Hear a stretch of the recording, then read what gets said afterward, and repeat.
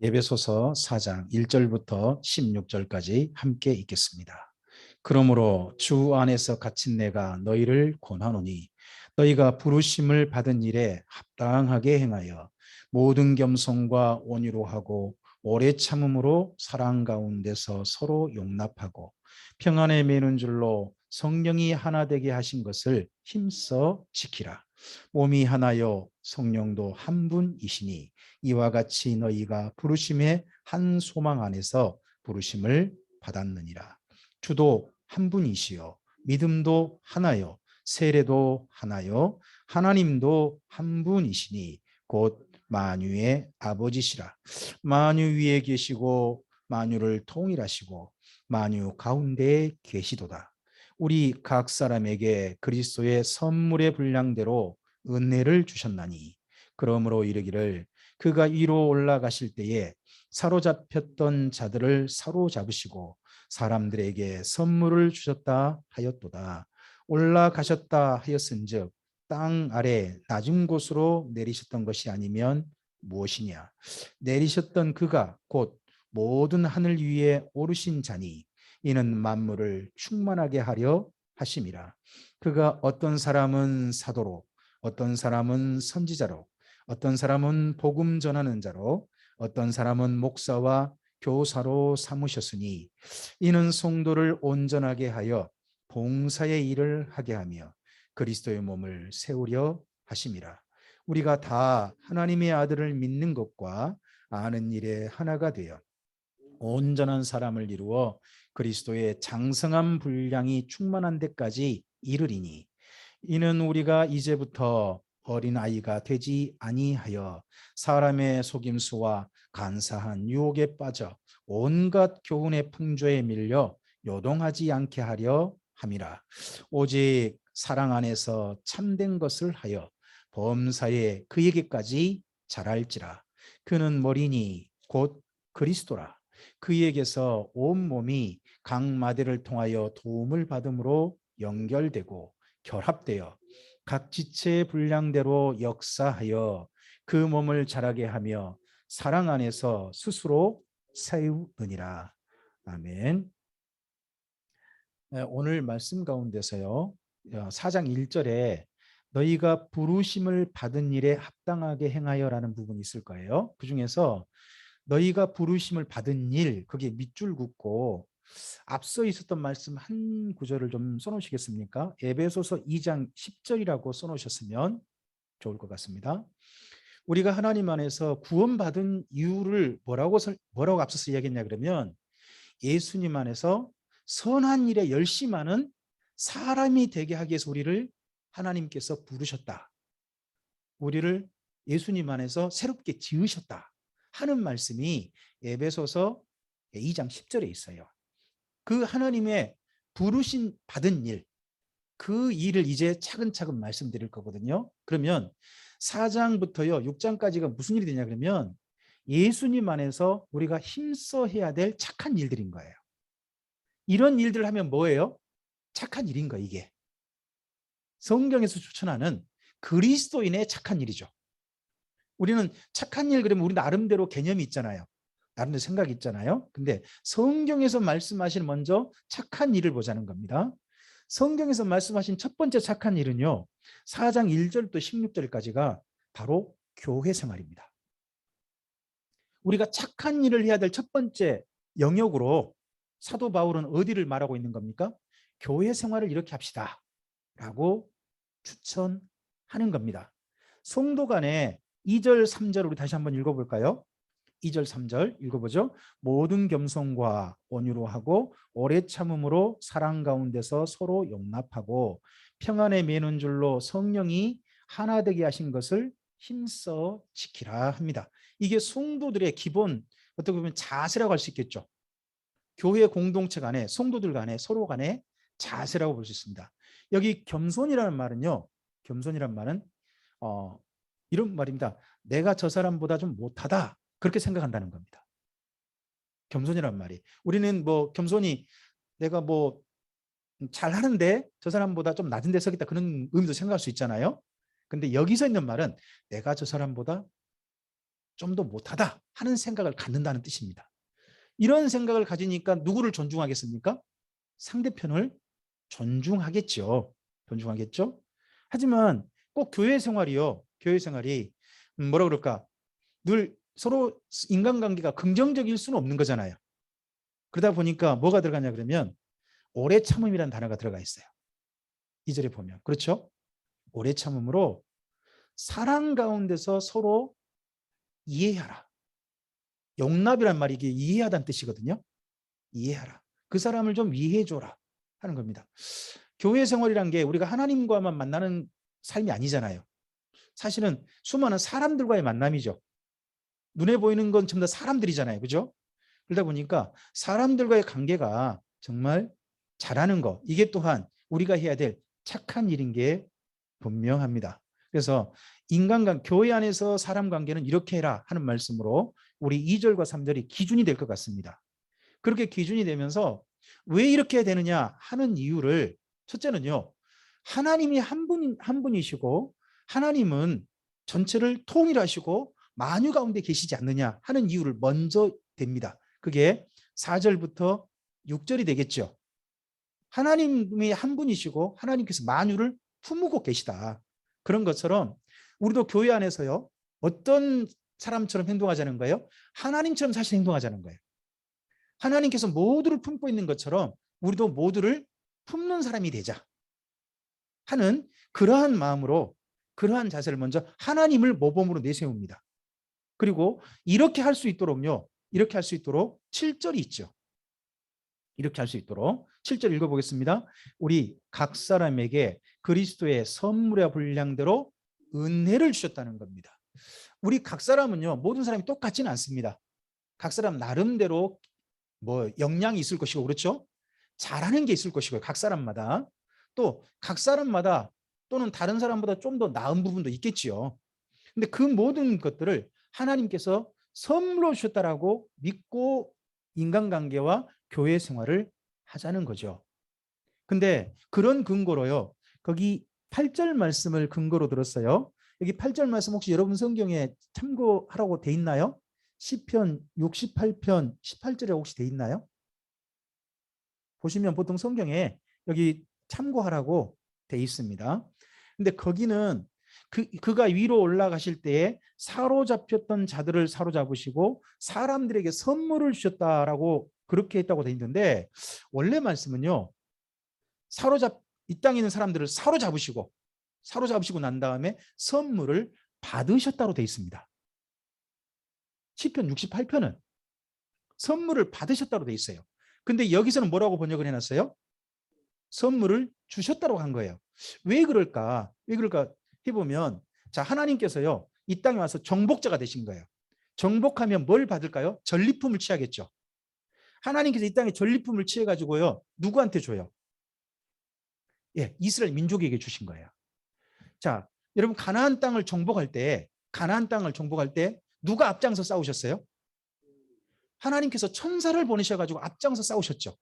그래서 가나안 땅에서 전쟁 승리는 여호수아가 이긴 게 아니고 사실은 누가 이기신 거예요? 하나님께서 내려오셔서 강림하셔가지고 하나님이 이기신 거였어요. 그래서 이기셔서 그 땅을 취하신 거잖아요. 그 땅을 취하셔서 하나님이 가져버리셨나요? 아니요. 이스라엘 민족에게요, 선물로 주셨지요. 거기 말씀이다 보니까 여기는 사람들에게 선물을 받으셨다라는 부분을 한 걸음 더 나가서 이스라엘 그 선물을 받으셔가지고 주셨다라까지 이어진 거죠. 생각을. 그러다 보니까 본래 성경 본문은 받으셨다까지 되어 있지만 여기서는 번역할 때 선물을 주셨다까지 한 겁니다. 자, 그러신 것처럼요, 신약 성경에 오면요, 한 분이 하나님의 승리를 쟁취하십니다. 예수님이 뭐라고 하십니까? 내가 세상을 이기었노라 하시죠. 세상을 이기었노라 하십니다. 그럼 세상에 대해서 예수님이 뭐 하신 겁니까? 이기셨으면 세상으로부터 전리품을 취하신 거죠. 그 취하신 전리품을 누구에게 주신다는 거예요? 예, 우리 각 사람의 역량, 우리 각 사람의 선물의 분량을 받을 수 있을 만큼 각 사람에게 은혜로 주셨다는 거죠. 각 사람을 대표적인 몇 사람을 언급합니다. 그러한 주님의 선물을 받은 사람, 그 사람들이 바로 12절에 보면 나옵니다.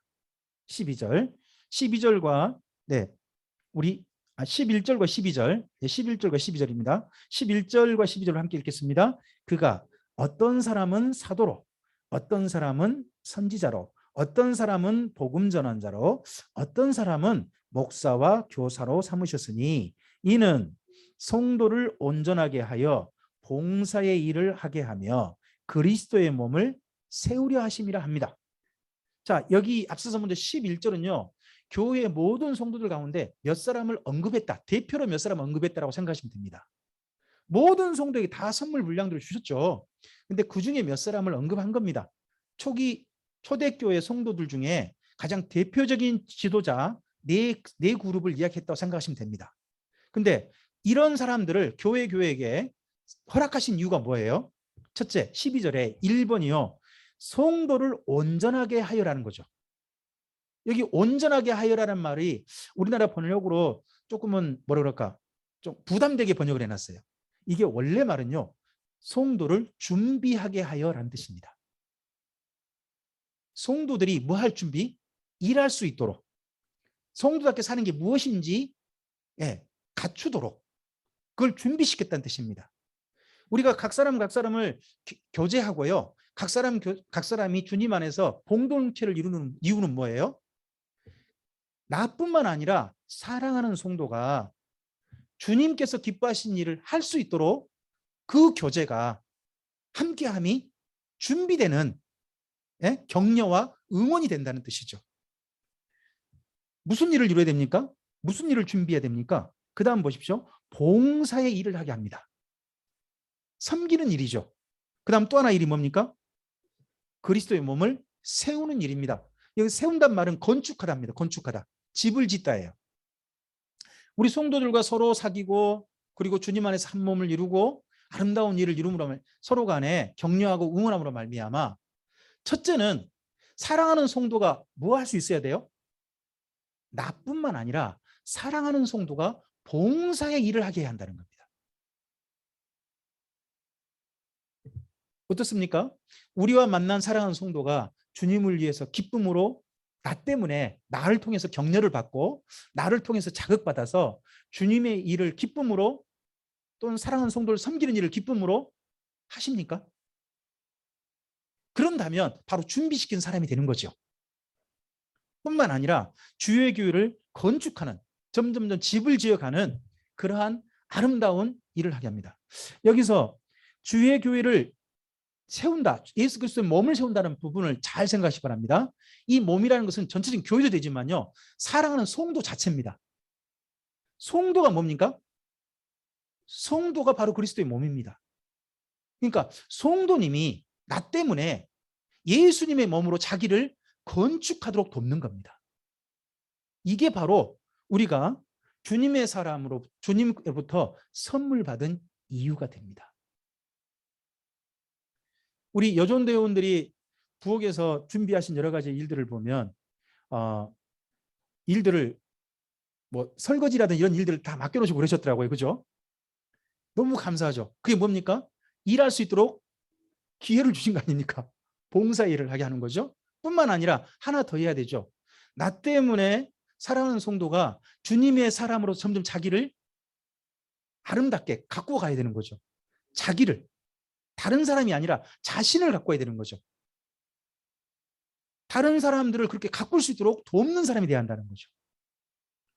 그런 일들을 위해서 주님께서 우리를 주의 교회로 부르셨습니다.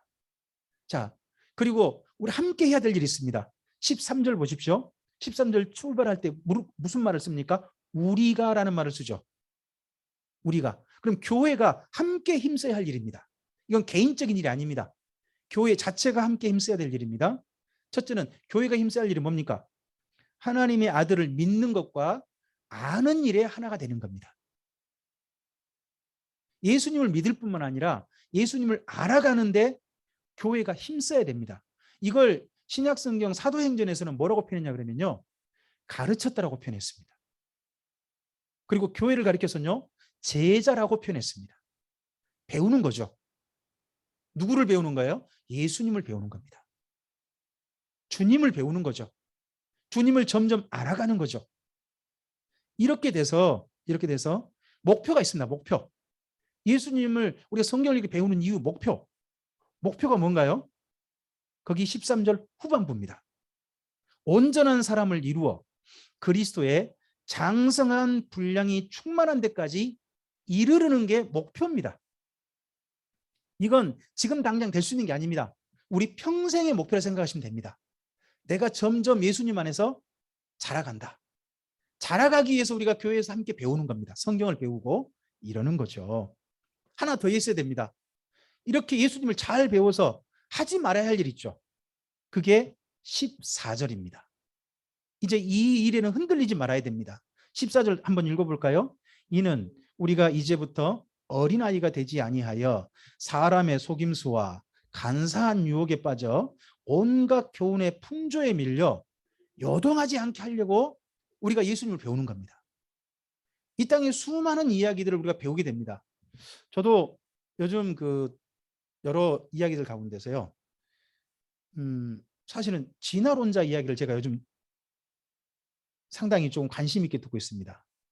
우리나라 서울대 교수 중에요.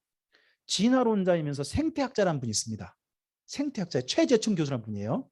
우리 교회 다음에 있는 카페에도 제가 그분 글을 올려놨는데 그분이 현재 있는 지구의 환경적인 이런 부분이 있잖아요. 그런 부분 이야기를 너무 잘하시는 거예요. 뿐만 아니라 그런 이야기를 하시면서 진화론자답지 않는 이야기를 하시는 거예요. 진화론에는요. 가장 최종 목표가 이거래요. 1등만이 살아남는 더러운 세상. 이게 사실은 진화론자가 말하는 거래요. 그게 뭐예요? 적자 생존이죠. 약육강식이죠. 근데요. 최지훈 교수는 말하는 게 그렇게 됐다가는 세상은 멸망한대요.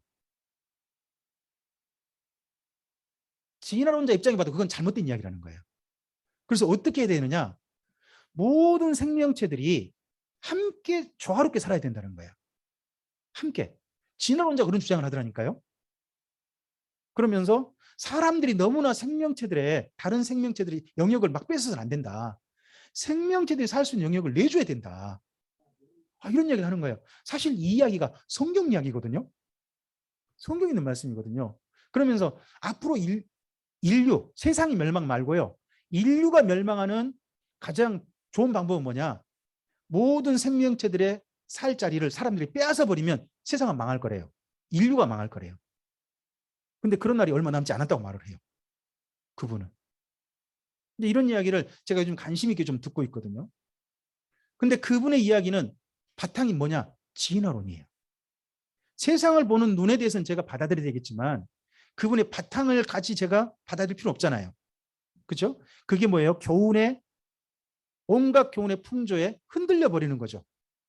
그분의 이야기에 공감이 된다 그래가지고 그분이 가지고 있는 가장 밑바탕의 생각까지 제가 따라할 필요가 없는 거죠.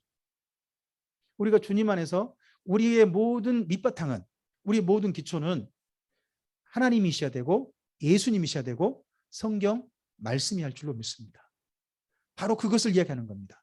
이 땅 가운데 수많은 이야기에 우리는 흔들리지 않는 사람이 되어야 한다는 거죠. 그리고 정반대로 교회가 해야 할 일은 이거래요. 해야 할 일, 우리가 장성한 분량까지 자라기 위해서 해야 될 일이 15절입니다. 15절 함께 읽어볼까요? 온갖 사랑 안에서 참된 것을 하여 범사에 그에게까지 자랄지라. 그는 머리니 곧 그리스도라 합니다. 사랑 안에서 점점 참된 것을 하여라고 돼 있는데 원래 표현은 이렇게 씁니다. 참된 것을 진리를 말하여 이렇게 돼 있습니다.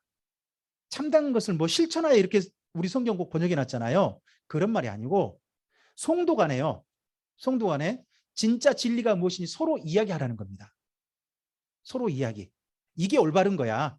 이게 하나님 말씀이지 하고 서로 이야기하는 거죠. 이야기해서 어떻게 하는 거예요? 모든 성도들이 함께 그리스도 안에서 함께 자라가는 겁니다. 함께 자라가는 겁니다. 그걸 다시 한번 이야기해 주는 것이 16절입니다. 다시 한번 우리 한번 읽어볼까요? 그에게서 온 몸이 각 마디를 통하여 도움을 받음으로 연결되고 결합되어 각 지체의 분량대로 역사하여 그 몸을 자라게 하며 사랑 안에서 스스로 세운다고 합니다.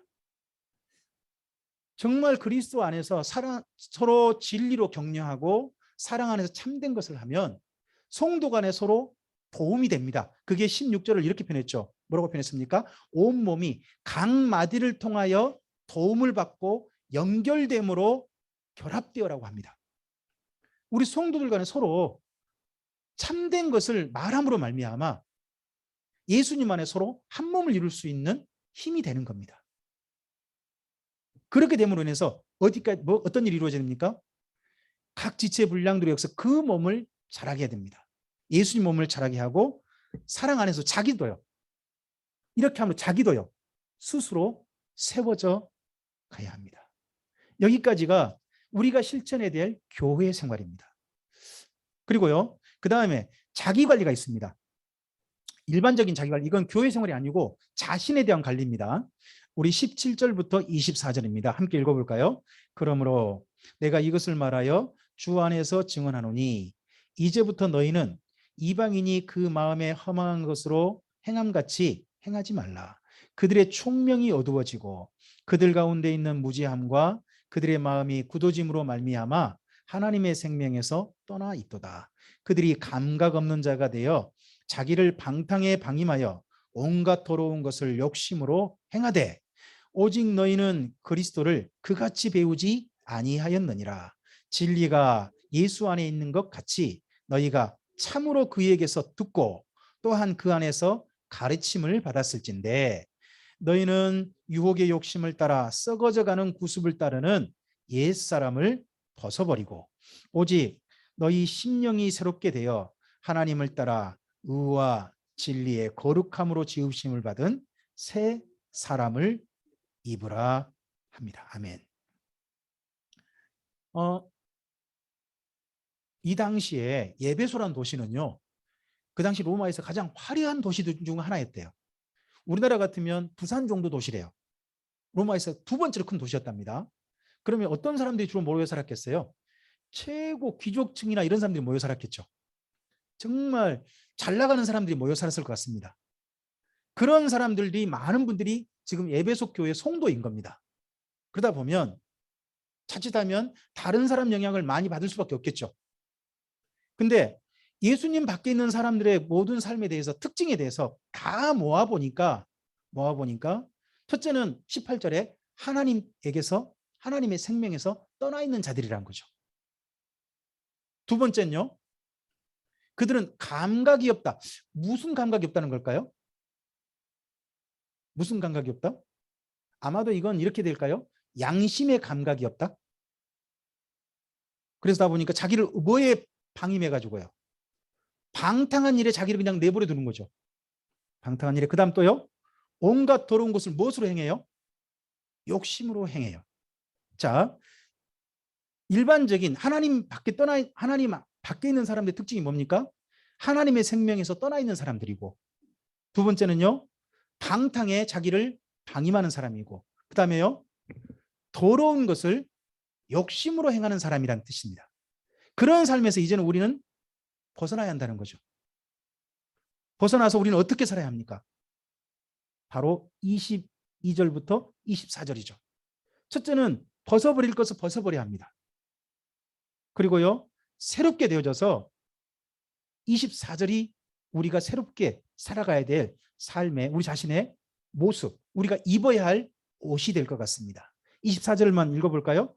하나님을 따라 의와 진리의 거룩함으로 지으심을 받은 새 사람을 입으라.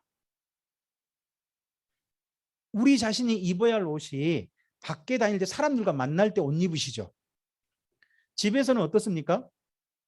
뭐 옷을 가볍게 입어도 별로 뭐 표시 안 나잖아요. 상관없잖아요. 근데 사람들 만날 때는 어떻습니까? 옷을 갖춰 입으시죠. 갖춰 입어야 될 옷이 어떤 옷이라고요?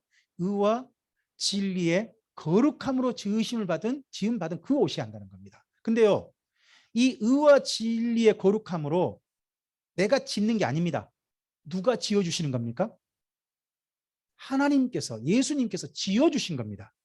그래서 지으심을 받은 새 사람을 입으라고 합니다. 우리 게 아닙니다. 하나님께서 주신 것을 우리가 입으면 됩니다. 하나님께서 추천하신 삶을 우리의 겉옷으로 입기를 바랍니다. 그러면 바로 이 땅 가운데서 우리 자신을 잘 관리할 수 있는 사람들 속에서, 인간관계 속에서 자기를 잘 관리할 수 있는 방법이 될 겁니다. 그래서 17절부터 24절은요, 자기 관리입니다. 세상 속에서의 자기 관리죠. 수많은 사람들 속에서 자기 자신을 어떻게 가꿀 거냐 하는 부분에 대한 이야기로 17절부터 24절을 읽으셨으면 좋겠습니다. 이렇게 사는 게 어떤 거라고요? 착한 삶이라는 겁니다. 그리스도 안에서. 그 다음에 25절부터요 32절까지는 이제 인간관계에 대한 겁니다. 그리스도인의 인간관계입니다. 우리 함께 읽어볼까요? 그런즉 거짓을 버리고 각각 그 이웃과 더불어 참된 것을 말하라. 이는 우리가 서로 지체가 됨이라. 분을 내어도 죄를 짓지 말며 해가 지도록 분을 품지 말고 마귀에게 틈을 주지 말라. 도둑질하는 자는 다시 도둑질하지 말고 돌이켜 가난한 자에게 구제할 수 있도록 자기 손으로 수고하여 선한 일을 하라. 무릇 더러운 말은 너희 입 밖에도 내지 말고 오직 덕을 세우는 데 소용되는 대로 선한 말을 하여 듣는 자들에게 은혜를 끼치게 하라. 하나님의 성령을 근심하게 하지 말라. 그 안에서 너희가 구원의 날까지 인치심을 받았느니라.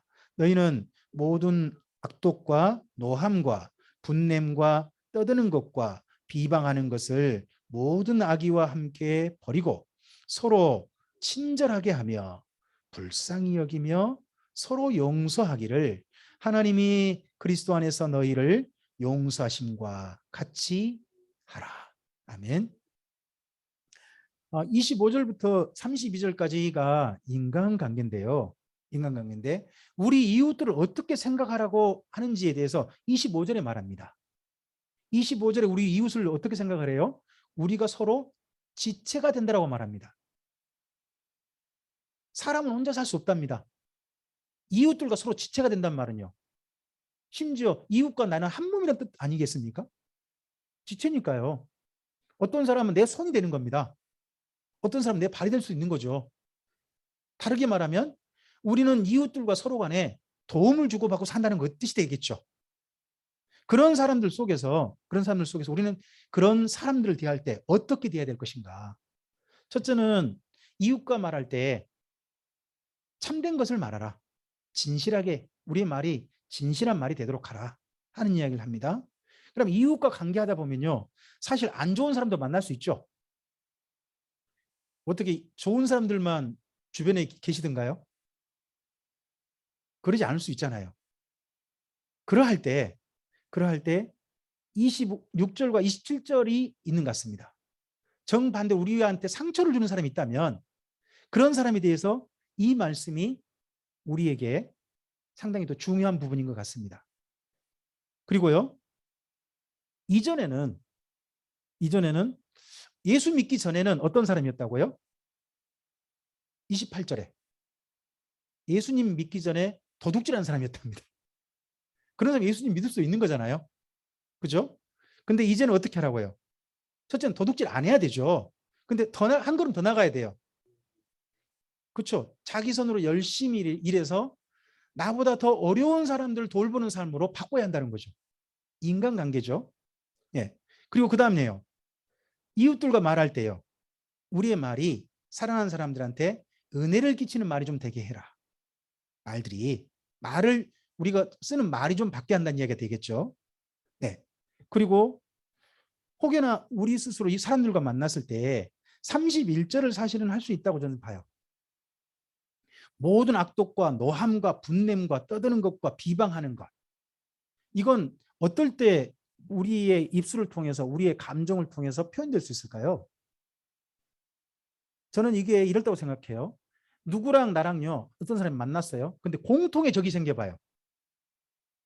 어떤 사람이 공통의 적이 생겨봐요. 그럼 그 사람을 향해 서로 이야기할 때 어떻게 이야기해야 돼요? 뭐 우리나라 말로 이렇게 표현하나요? 어떤 사람을 상위에 올려놓고 그냥 난도질하는 거죠. 뭐 굳이 속된 표현을 쓴다면은 누군가를 씹는다 그렇게 표현하잖아요. 예? 그렇게 할 수 있잖아요. 어떤 사람을 정말 우리가 싫어하는 사람을 위에 올려놓고 그렇게 할 수 있는 거 아니겠습니까? 근데 그런 말들도요. 그런 말들도 이제는요. 어떤 사람 누군가를 향한 악의, 저 사람은 진짜 나쁜 사람, 저 사람 싫어 하는 그런 마음이 있잖아요. 그런 마음과 함께 버리고 대신에 우리가 사람들을 관계할 때는 이렇게 하세요. 참 어렵죠. 그게 32절인데 서로 친절하게 하고 다른 사람들을 어떻게 여기라고요? 불쌍히 여기래요. 서로 용서하고요. 이렇게 하라는 거예요. 자, 오늘 여기까지 말씀인데요. 4장부터 6장까지가 전부 다 그리스도 안에서 우리가 실천해야 될 참된 일, 착한 일인데 어떻습니까? 방금 읽었던 말씀대로 잘 살고 계십니까? 이 말씀에 비교하니까 아따 나는 한참 부족한 것 같아. 그런 생각이 드십니까? 어느 쪽이 저는 말씀 읽으면서요. 야 이거 예수님이 요구하신 것보다 더 지독하다 야. 하는 생각을 사실은 했어요. 이건 산상수훈보다 더 구체적인 삶을 실천을 요구하고 있거든요. 그러면서 또 목표도 뭐예요? 하나님 나중에 하나님에 이르길 때까지 예수님이 있는 거기까지 자라가래요. 이런 목표까지도 제시를 해요. 그래서 4장에 있는 말씀 이하로 읽다 보면 그런 생각이 들어요. 아, 이건 내가 과연 평생에 실천할 수 있을까? 하는 생각이 들긴 들어요. 근데 이렇게 생각합시다. 이런 말씀이 우리의 기준이 되어 봅시다. 첫째는 교회 생활의 기준을 4장 1절부터 16절에서 우리가 발견했으면 좋겠습니다. 모범. 이걸 모범으로 삼읍시다. 그리고 자기 관리에 대한 모범을요. 기준을요. 17절부터 24절에서 자기 관리에 대한 자기를 가꾸는 모범으로 기준을 한번 삼아 봅시다. 그리고요. 25절부터 32절은요. 다른 사람들 관계할 때 이 말씀이 우리의 모범, 기준이 되게 해봅시다. 기준에 도달하지 못할 수도 있습니다. 하지만 이 기준을 가지고 우리가 삶을 산다면요. 그런 삶이 뭘까요? 착한 삶인 거예요. 그런 삶이 어떤 삶인가요? 바로 구원받은 자로서 살고 있는 삶이죠. 그런 삶이 어떤 삶인가요? 예수님 이후 우리가 살아야 될 이제부터의 삶이에요. 이제부터의 삶. 혹시 17절에 이제부터라는 단어가 있었는데 보이셨나요? 17절에 이제부터. 예수님 만나기 이전이 아니라 예수님 만났다면 이제부터라는 뜻이거든요. 이제부터 이런 삶을 우리가 목표로 하는 겁니다. 나아가는 겁니다. 한 걸음 한 걸음. 오늘 살다가 오늘 이렇게 목표로 가지고 가다가 기준으로 가지고 가다가 기준에 미달한 우리를 볼 수도 있습니다. 발견할 수 있습니다. 다른 사람이 그렇게 보는 그런 사람이 하는 것도 볼 수 있습니다. 그러할 때 이 말씀이 우리 자신의 기준이 되어지고 또한 단 누군가가 그렇게 되도록 격려하는 또 그를 그렇게 할 수 있도록 응원하는 우리 마음의 동기가 되는 말씀이 이 말씀이었으면 좋겠습니다. 우리만 하나님 안에서 잘 집을 지어가는 게 아니라 사랑하는 성도들도 그리고 우리 이웃들도 아직 하나님 모르는 사람들도 하나님 안에서 우리를 보고 참으로 하나님 안에 돌아올 수 있는 아름다운 삶이 우리를 통해서 실천되었으면 좋겠습니다. 이 실천된다면 이 삶이 바로 오늘 예수님 안에서 구원받고 있는 삶입니다. 오늘 예수님 안에서 구원을 경험하고 있는 겁니다. 이제 예수님으로 말미암아 하나님의 자녀가 되는 구원을 경험한 우리가 하나님의 백성답게 사는 구원을 경험할 시간이 되었습니다. 차례가 되었습니다. 하나님의 백성답게 사는 이 구원의 경험이 이제 우리 모두의 삶의 자리에서 실제로 우리의 것이 되기를 주님의 이름으로 축복합니다. 기도하겠습니다. 주님 감사합니다. 함께 주의 말씀을 드렸습니다. 이 말씀이 다시 한번 그리스도 안에서 삶을 한 걸음 한 걸음 걸어가는 주님의 사람들의 기준이 되게 하옵소서. 이 삶에 우리가 도달하지 못할지는 모르겠습니다. 하지만 이 삶이 목표가 되어지고 기준이 되어져서 우리 삶을 다시 한번 자극하고 우리의 삶을 다시 한번 격려하고 사랑하는 성도를 격려하고 우리 이웃들을 이러한 삶으로 초대할 수 있는 그런 마음가짐을 가지게 만드는 이 말씀이 되게 해 주시옵소서. 그리스도는 참된 선한 일에 하나님께서 추천하시는 말씀이 되게 해 주셔서 이 말씀이 늘 우리 마음속에 생각나게 하옵소서. 또한 이러한 삶을 성도 간에 서로 말하여 격려하게 하옵소서. 그러함으로 우리 참빛교회가 주님의 구원을 오늘 삶의 자리에서 성도를 통하여서 우리의 자신을 통하여서 경험하고 볼 수 있는 아름다운 일들이 실현되게 해 주시옵소서. 주님께 부탁드리오며 예수님 이름으로 기도합니다. 아멘.